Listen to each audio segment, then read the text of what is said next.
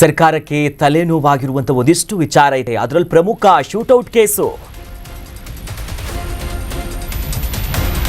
ನೋಡಿ, ಸರ್ಕಾರಕ್ಕೆ ಈಗ ಎನ್ಕೌಂಟರ್ ಪ್ರಕರಣ ಬಹಳಷ್ಟು ತಲೆನೋವಾಗಿ ಪರಿಣಮಿಸಿದೆ.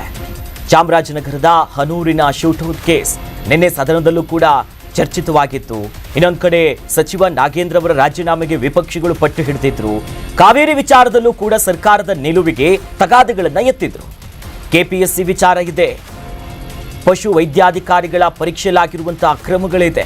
ಹೀಗೆ ಸಾಲು ಸಾಲು ವಿಚಾರಗಳು, ಸರ್ಕಾರದ ಎಡವಟ್ಟು, ವಿಪಕ್ಷಗಳ ಬತ್ತಳಿಕೆಯಲ್ಲಿದೆ. ಯಾವ್ಯಾವ ಬಾಣ ಹೂಡ್ತಾರೋ ಗೊತ್ತಿಲ್ಲ.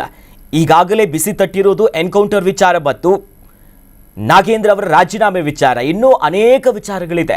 ಅವೆಲ್ಲವನ್ನ ಯಾವ ರೀತಿಯಾಗಿ ವಿಪಕ್ಷಗಳು ತಂತ್ರಗಾರಿಕೆ ಮಾಡ್ತಾರೆ, ಅದನ್ನ ಅರ್ಥ ಮಾಡಿಕೊಂಡು ಡಿ ಕೆ ಶಿವಕುಮಾರ್ ಅವರ ಟ್ರಬಲ್ ಶೂಟರ್ ಹೇಗಾಗಿ ಇದನ್ನ ನಿಭಾಯಿಸ್ತಾರೋ ಗೊತ್ತಿಲ್ಲ. ಆದರೆ ಒಂದು ಕಡೆಯಲ್ಲಿ ಈಗ ವಿಪಕ್ಷಗಳು ಸರ್ಕಾರ ನಡೆಸಿದಂಥ ಆ ಅವಧಿಗಳು ಏನೇನು ಹಗರಣ ಆಗಿತ್ತು, ಆ ವಿಚಾರಗಳನ್ನ ಮುಂದೆ ತಂದು ಅವರ ಬಾಯಿ ಮುಚ್ಚಿಸ್ತಾರ, ಕಾದ್ ನೋಡಬೇಕು.